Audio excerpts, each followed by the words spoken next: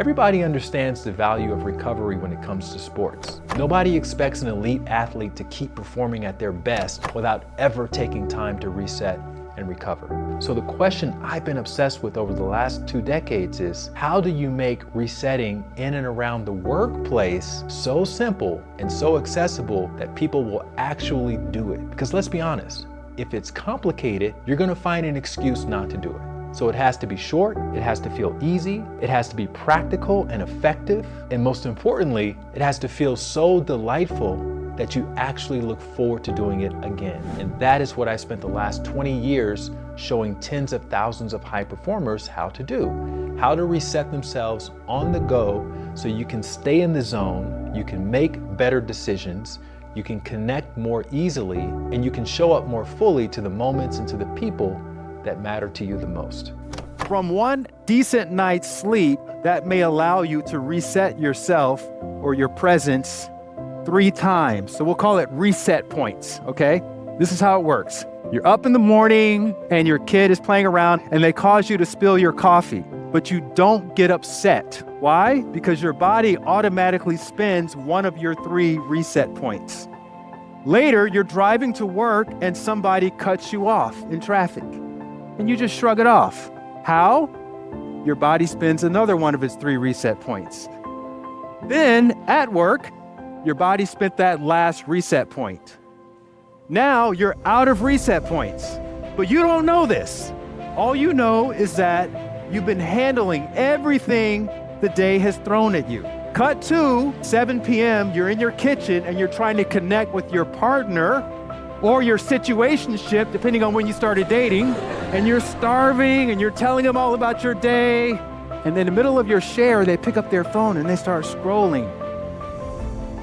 And you've talked about not picking up your phone during connection time, even if you are my situationship. But remember, you're out of reset points. So what do you think happens next? You say something snappy. And because they're probably also out of reset points, they tell you to calm down. Has anybody ever calmed down after being told to calm down? Of course not. And then later that night, when you're supposed to be resting and replenishing your reset points for the next day, you're lying awake, replaying the fight in your head, and dreading having to subscribe to Hinge again in case the situation doesn't work out. Which means you wake up the next morning tired, you have fewer reset points, which makes you a less patient parent, you're less able to shrug things off in traffic, and you're less empathetic on the job. Guys, this is how burnout happens. It's not random. It's not a character flaw. It's not a weakness. It's someone who could have a massive heart and a noble job, who has to operate at a high level with razor-thin margins, but they're operating on a rest deficit. And so the question is, how do you get those reset points back? By the end of this keynote, your audience won't just leave feeling inspired, they'll leave with a practical way to reset themselves in under 60 seconds, no matter what challenges they happen to be facing.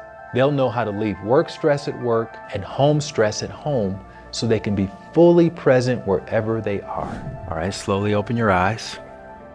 Raise your hand if you could have gone longer. Okay, beautiful. I felt everyone kind of resetting, and I believe if we use that in our practice, it just takes 60 seconds, it could change a lot of our lives and our work days. The reset points, very, very useful, very impactful. I'm going to be using that in my career. The whole thing about the reset, I can definitely see how that's going to help me. I'm going to share this. I'm so excited. Just reset. I loved it. You and I are both in the same business.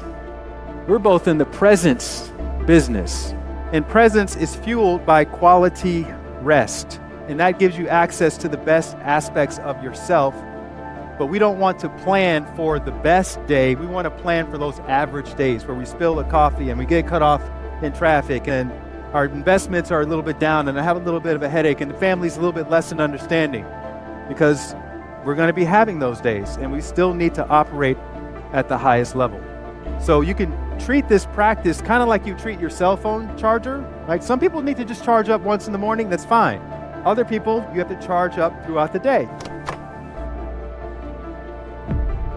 He was both funny and inspirational, and he connected it with stories that really mattered to us. I was cracking up the whole time. I had coffee and I was spilling it everywhere. It was really entertaining. He had us engaged. He had us laughing. He had high energy, a great comedic relief. He made sure to throw in his life experiences along with the humor, so it kept you involved in the whole thing. His talk was very humorous.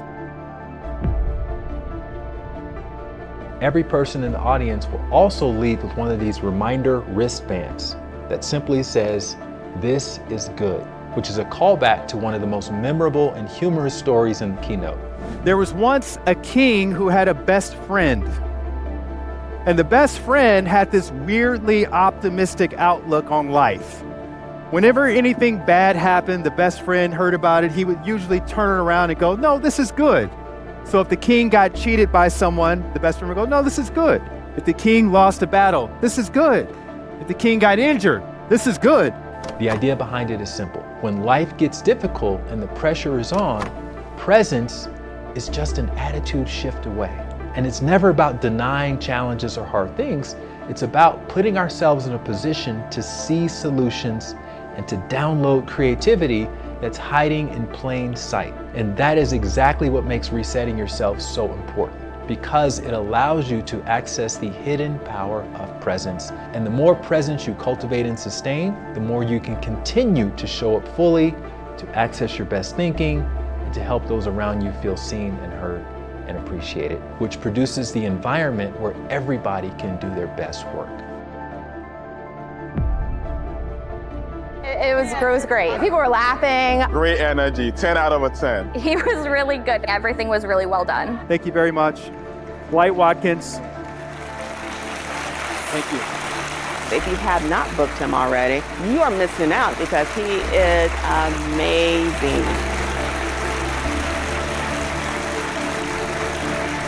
I appreciate him coming to us.